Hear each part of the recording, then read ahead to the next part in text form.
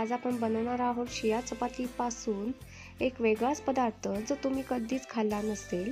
त्यामुळे तुम्ही व्हिडिओ नक्कीच शेवटपर्यंत पहा। चॅनलवर नवीन असाल तर चॅनलला सबस्क्राईब करा, जेणेकरून माझ्या चॅनलच्या सर्व अपडेट्स हे तुमच्यापर्यंत लगेच पोहोचतील। चला तर मग रेसिपी सुरू करूयात। 2 शिळ्या चपात्या मी इथे घेतल्या आहे। ह्या माझ्या रात्रीच्या उरलेल्या चपात्या आहेत, तर मी ह्याला तेल लावून घेतलंय। तर आपण आता हे सुरीच्या साहाय्याने व्हिडिओ दाखवल्याप्रमाणे कट करूया। 2 चपाती एकावर एक ठेवून मी कट करत आहे, जेणेकरून माझा वेळ वाचेल। तर बघा, अशा प्रकारे मी चपाती कट करून घेतल्या आहेत। तर आपण ह्याला आता मधून कट मारणार आहोत। तर बघा, अशा प्रकारे 2 चपाती मी सर्व कट करून घेतल्या आहेत। तुम्ही पाहू शकता। तर इथे मी घेतले 1 वाटी बेसन पीठ, पाव वाटी बारीक रवा आणि 2 ते 3 हिरवी मिरची मी चिरून घेतली आहे। तर एका भांड्यामध्ये मी टाकणार आहे बेसन पीठ, त्यामध्ये टाकूया रवा। जर तुमच्याकडे जाड रवा असेल तर तुम्ही मिक्सरला बारीक करून तुम्ही घेऊ शकता। इथे रवा यासाठी वापरलाय जेणेकरून ह्याला थोडासा क्रिस्पपणा येईल।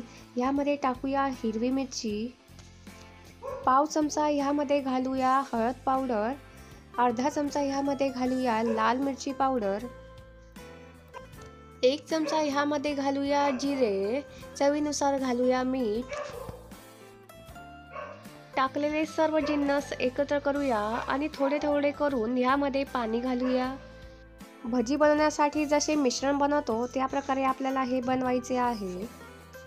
बघा, तर मिश्रणाची कन्सिस्टन्सी तुम्ही पाहू शकता। अशा प्रकारे आपल्याला कन्सिस्टन्सी हवी आहे।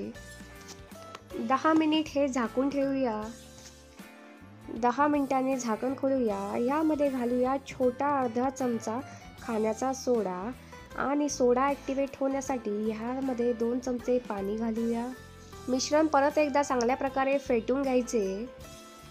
दुसरीकडे मी तेल गरम करण्यासाठी ठेवले आहे। तर तेल गरम झाल्यावर चपाती आपण जी कट करून घेतली त्याचा तुकडा या पिठामध्ये व्यवस्थितपणे डीप करून तेलामध्ये सोडायचा।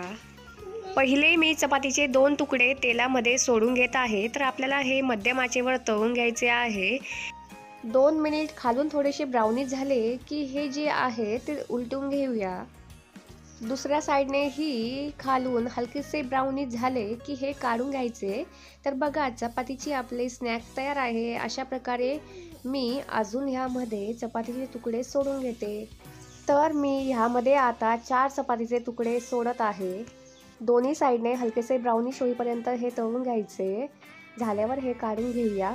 तर फ्रेंड्स, कशी वाटली तुम्हाला रेसिपी नक्कीच कमेंट बॉक्समध्ये सांगा। बघा, तर अशा प्रकारे आपण चपातीपासून नाश्ता बनवू शकतो। शिळ्या चपातीपासून नाश्ता बनवू शकतो। हे तुम्ही टोमॅटो सॉस बरोबर खाऊ शकता।